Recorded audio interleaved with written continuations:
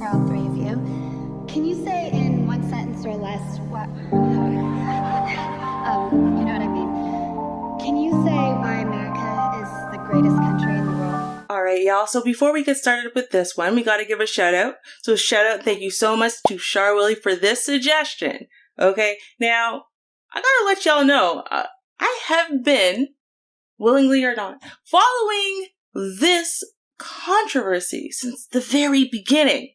Okay, and at first we were following it on Char Willie's channel. Just Ask Char. For those of you who don't know where that channel is, I'll make sure I link it somewhere so you can find that.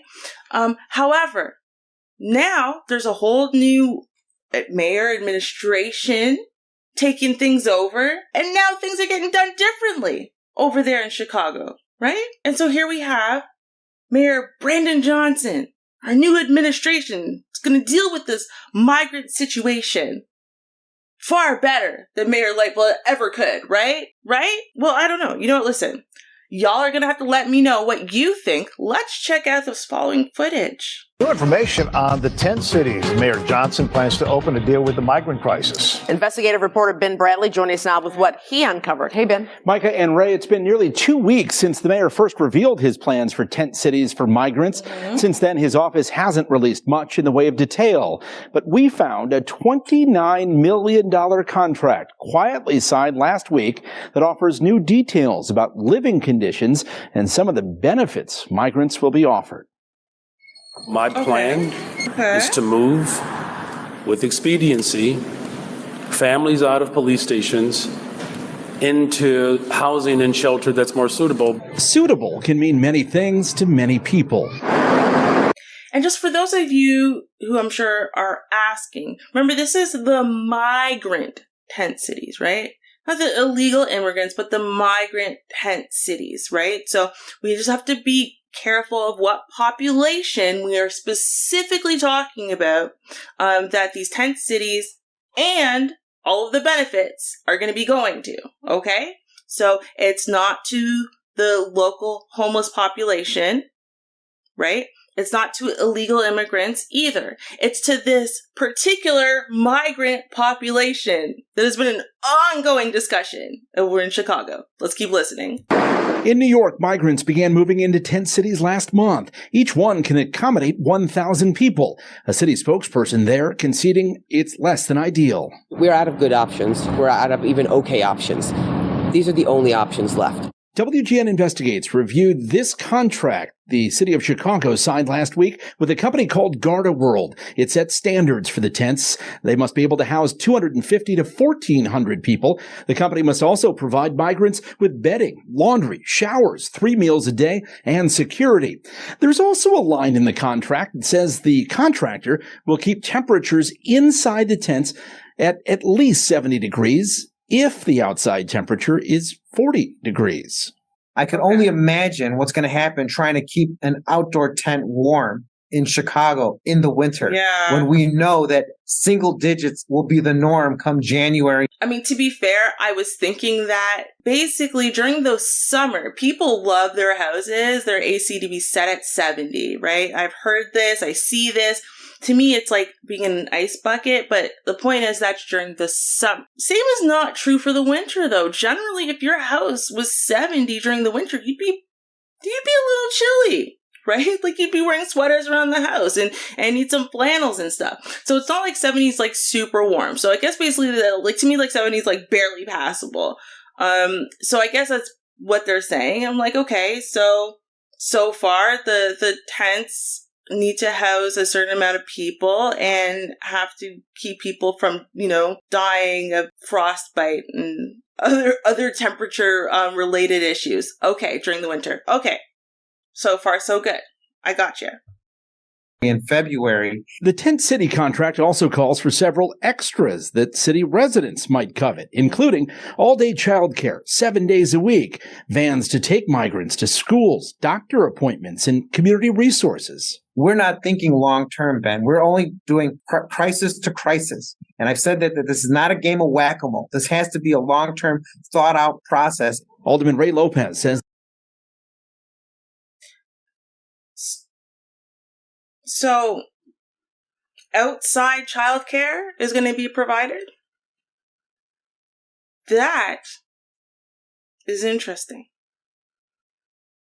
That is interesting. Now, on one side, I'm going to side with the citizens / residents of, America / Chicago in this case, and say, yeah, I totally understand. If you guys are infuriated right now, totally get it. Totally get it.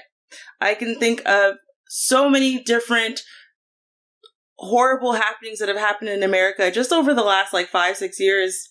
And at no point do I remember there being any kind of offer of free round-the-clock childcare for anyone willing to bring their kids to wherever, right? Forget, in-house, right? Because fine. But just oh, well, hey, if you just bring your kids to this center, we will just let them be here for round-the-clock childcare during this crisis of we've all lost our homes, we've all lost our jobs, we've all lost whatever, because crisis after crisis has hit America, right? From Katrina onwards. And at no point do I remember them ever really talking about this free childcare thing, right? Maybe, again, people like to complain and talk about subsidized childcare and so on and so forth. But remember that those things are often not free. Okay, they're subsidized and people are paying into them in various other ways, and they're still paying something. They're just paying less. If you think about for the homeless population or for people who have been displaced for various reasons, not the least of which was the pandemic and some of the things that happened after that, people trying to get back on their feet afterwards, right? So now you're displaced, you're without a home and whatever, and you're seeing a migrant population. They're working really hard to get these tent cities sort of built up for the migrant population. And, well, what about the locals, right? What about Americans? And, even if we don't talk about all of America, what about just the Chicago residents that are homeless, right? What about Chicago residents that are struggling with trying to balance and their needs and can't even feed their families because they've got to pay for childcare to go to work, where basically almost all of their money is going back to childcare and rent. Let's keep going. As the costs are irresponsible without offering long-term benefits to taxpayers. What I think everyone is afraid of is that we're going to see another COVID-style debacle where we spend millions, like we did at McCormick Place for a 3,000 cot bed hospital, only to have 63 people use it and then throw everything out once the crisis is over. Chicagoans want to see this money spent in a way that lasts for a generation. The company tasked with building and operating Chicago's tent cities is reportedly making money on both sides of the crisis. Garda World is also said to have a contract with Florida Governor Ron DeSantis' administration to relocate migrants out of that state. A City of Chicago spokesperson says this contract was done in conjunction with the state's disaster proclamation with the goal of quickly moving the nearly 1,500 migrants currently staying at police stations. But the city spokesperson is not saying when the tent cities may be open or where they'll be located. The city is expected, by the way, to spend more than $255 million caring for migrants by the end of this year. I'm not even gonna lie though. Are we surprised at this pricing? $255 million? Did we forget that $1 million is being spent on, or $500,000 is being spent right now on paying a Chicago super mayor?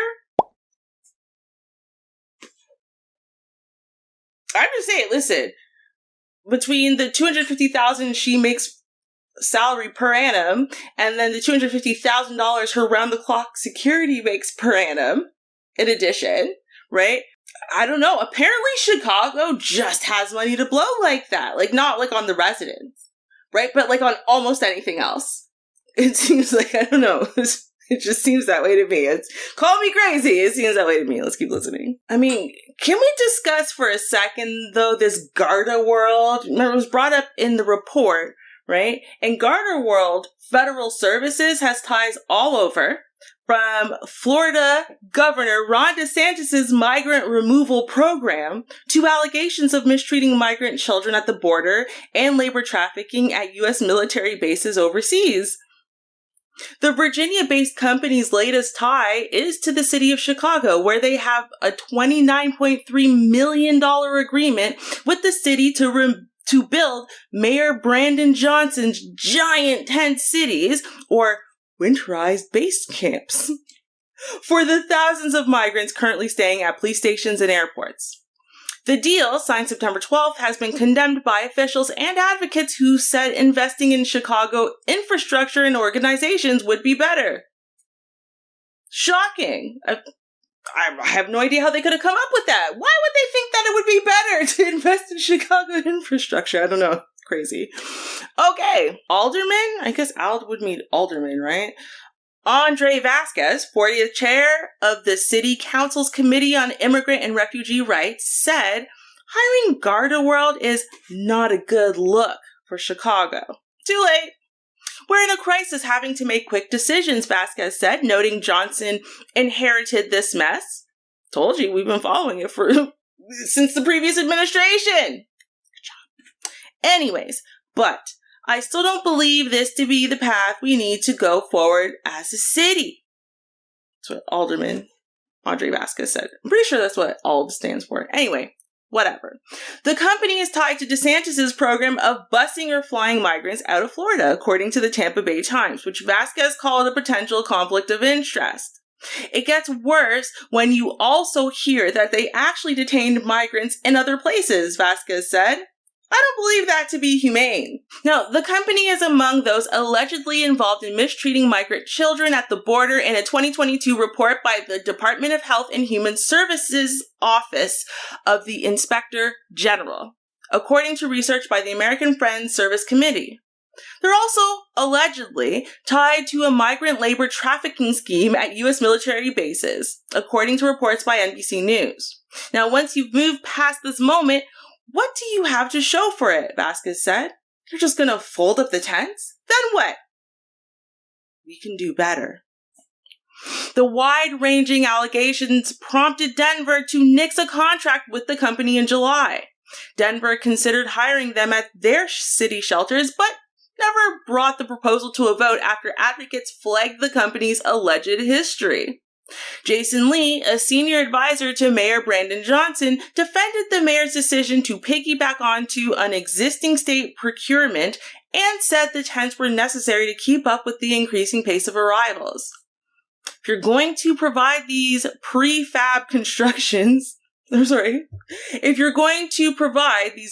prefab structures, this is the vendor that exists in the country that people use, Lee said.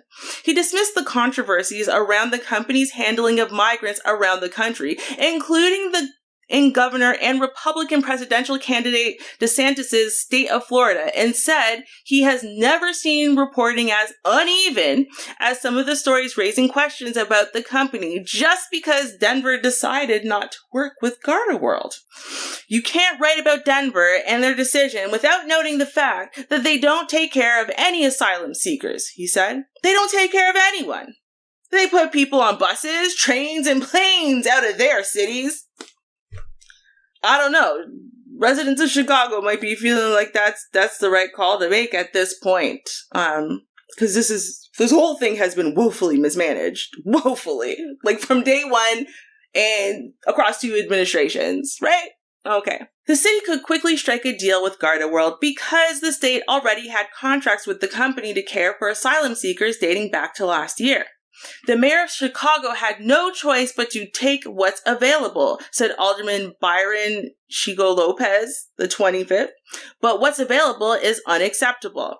The state bears responsibility for hiring such a company, he said. I don't think we should allow this to be a business. Playing with people's lives is unconscionable. It is pretty unconscionable, right? He said the city was looking into establishing community safety committees at shelters to ensure both the decent treatment of migrants in shelters and safety of the surrounding communities.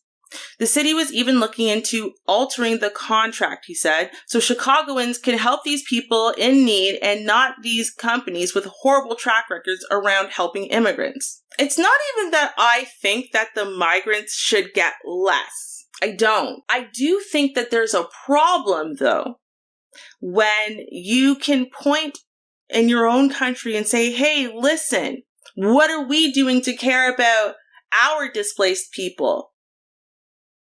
Do we care if their structures are, minimum 70 degrees at night? Do we care that we don't have enough homeless shelters for our homeless? Do we care about what's happening with our unemployment rate and with the people who are unemployed, who have themselves or their children, their families, whatever to take care of? Like, do we care about these people who cannot afford childcare because childcare has become so exceedingly overly expensive?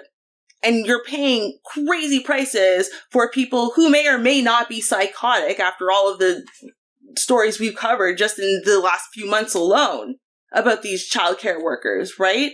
So it just seems like, okay, everyone's suggesting, why don't we pour money into Chicago's infrastructure and do it in a way that will also aid these migrants?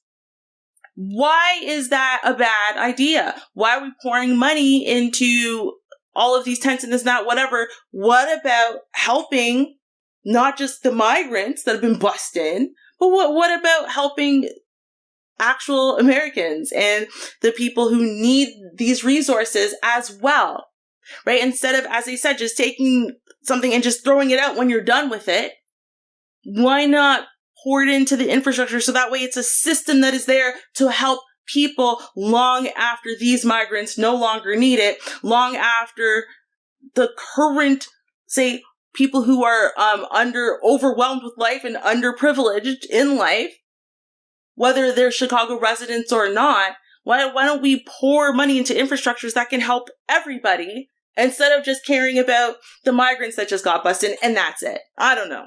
It seems crazy to me. I don't know. Y'all gonna have to let me know what you think, because I don't know, man. It just seems like every time I check in on this situation, it's not getting better. It's just not. Go Johnson. Go Supermayor.